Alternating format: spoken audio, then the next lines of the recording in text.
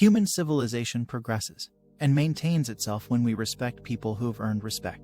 You don't just respect everybody randomly. Well, what the hell is the use of respect if you just respect people randomly? It's like inflating the currency. In the Simpsons episode where Bart gets a trophy because it's every child gets a trophy day. All you do is inflate the currency. Respect is limited to that category of people who have earned respect in some manner. So whatever you're talking about with regards to, say, common decency between people, it's not respect, and the definitions matter. Many men are petrified by women. They won't approach them at all. They have no idea how to talk to them. Petrified into immobility, and that's way more common than you think, and so that breeds resentment like you wouldn't believe. Then that's the problem too. If you're chronically rejected by people, it's often because of your insufficiency, whether that's cowardice or lack of social skills or whatever it is. It's like you can't just brush it off as, oh, well, no one likes me, but I'm okay. It's like, no, wrong. If everyone rejects you, there's probably something wrong, and it's probably deep and difficult, and it's gonna be horrible to fix, and so this isn't a trivial problem. That's Mother Nature for men too, because from the sexual selection point of view, if they're not selected as a mate, nature taking them out of the game. Right. And so, people don't really like that. They're not that happy with that.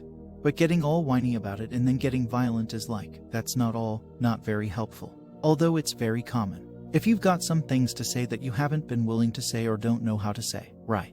You can't stand up for yourself properly. And to do that, you have to grow some teeth and be willing to use them. And again, that's something that might violate your morality because you might say, well, I shouldn't be able to bite people. And the thing is, yes, you should be able to bite people hard, and if you're able to bite them, then generally you don't have to.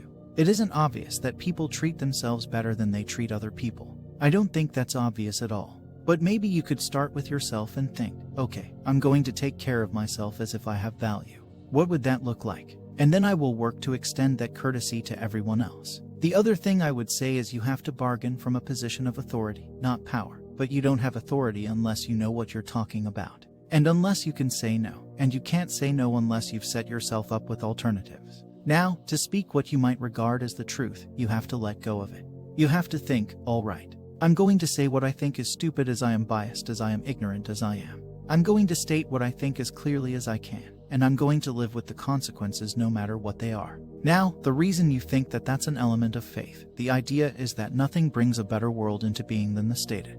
Now, you might have to pay a price for that, but that's fine.